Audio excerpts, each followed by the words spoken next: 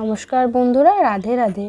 সুদেবী রান্নাঘরে তোমাদের সকলকে স্বাগত জানাই। তো বন্ধুরা, আজকে আবারও একটা নতুন রেসিপি নিয়ে চলে এসেছি। আজকে আমি বানাবো টমেটো শসা, একদম দোকানের মতো। তো চলো শুরু করা যাক। তো আমি এখানে নিয়ে নিয়েছি 750 টমেটো। তো চলো টমেটোগুলো এবার ধুয়ে নিয়েছি আমি পরিষ্কার জলে। তো এবার আমি কেটে নিচ্ছি। তো এইভাবে টমেটোর মাঝখানটা কেটে বাদ দিয়ে দিতে হবে, তারপর পিস পিস করে কেটে নেব।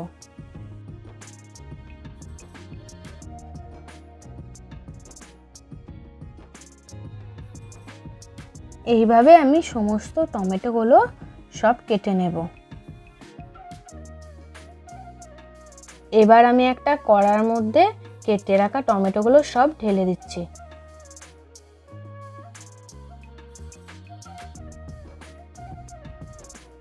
তো আমি এখানে নিয়ে নিয়েছি একটা গোটা বিট। তো আমি বিটটাকে ভালো করে ধুয়ে টুকরো করে নিয়ে নিয়েছি দুটো দারচিনি, দুটো এলাচ আর 4-5 টুকরো আদা আর গোলমরিচ নিয়ে নিয়েছি। তো এখানে আমি বিটটা ব্যবহার করছি সুন্দর একটা কালার আসার জন্য। তো এখানে আমি হাফ বাটি জল নিয়ে নিয়েছি। তো আমি এবার কড়াটা গ্যাসে বসিয়ে দিয়েছি, ভালো করে খুন্তি দিয়ে নেড়ে চেড়ে নেব, তবে গ্যাসটা মিডিয়ামে থাকবে।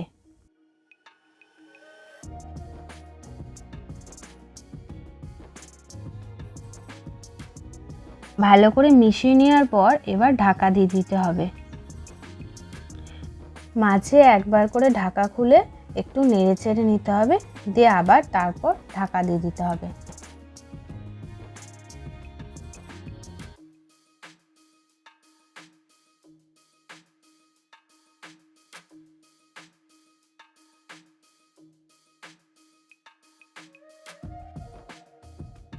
দেখছো বন্ধুরা, আমাদের টমেটোগুলো ভালোভাবে সেদ্ধ হয়ে গেছে। তো এবার আমি গ্যাসটা বন্ধ করে দেব আর এটা ঠান্ডা করে নেব।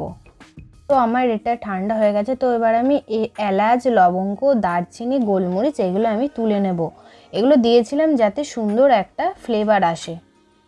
একটা মিক্সিং জারের মধ্যে টমেটোগুলো ঢেলে দিলাম। টমেটোগুলো পেস্ট করে নেব। তো দেখো বন্ধুরা, টমেটোগুলো খুব সুন্দর ভালোভাবে পেস্ট হয়ে গেছে। এবার একটা জায়গার মধ্যে ছাঁকনি নিয়ে নিয়েছি। তো এই টমেটোটা এই ছাঁকনির মধ্যে আমি ঢেলে দেব। তো ভালো করে আমি ছেঁকে নেব।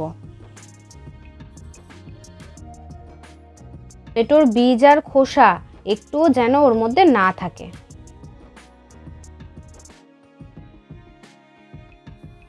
বন্ধুরা, আবার আমি এখানে কড়া বসিয়ে দিয়েছি। তো কড়ার মধ্যে আমি টমেটোর পেস্টটা ঢেলে দিলাম।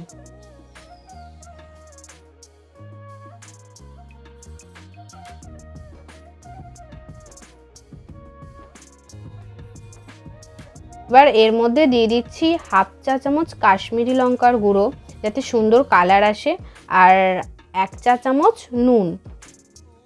গ্যাসটাকে হাই ফ্লেমে রেখে টমেটোর পেস্টটাকে ফুটিয়ে নেব। যখনই ফুটে যাবে তখনই আমি মিডিয়াম ফ্লেমে দিয়ে দেব। এখানে 125 গ্রাম চিনি দিলাম। মিষ্টিটা এখানে তোমরা যে যেমন পছন্দ করো সেরকম ব্যবহার করো। এবার আমি হাফ কাপ ভিনিগার দিয়ে দিলাম। যেমন নর্মাল কাপে চা খাও সেই কাপেরই মাপে হাফ কাপ ভিনিগার।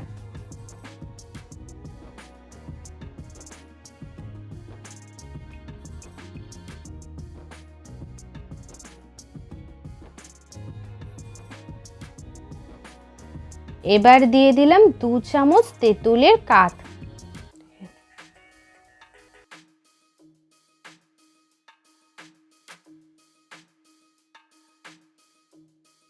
এবার টমেটোর সসটা অনেকটা ঘন হয়ে গেছে। তো এবার আমি একটা প্লেট নিয়ে নিচ্ছি। তো প্লেটের মধ্যে টমেটোর সসটা দিয়ে আমি দেখবো ঠিকঠাক হয়েছে কিনা।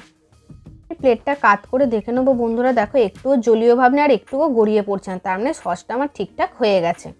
সসটাকে আমি ঠান্ডা করে নিয়েছি বন্ধুরা। তো তারপর আমি এসে গেছি। চলো বন্ধুরা, এবার একটা বাটির মধ্যে আমি সসটা ঢেলে তোমাদের দেখাচ্ছি। তো বন্ধুরা দেখতে পাচ্ছ কত সুন্দর হয়েছে, কালারটা কত সুন্দর হয়েছে, পুরো দোকানের থেকেও সুন্দর, যেমন স্বাদ হয়েছে।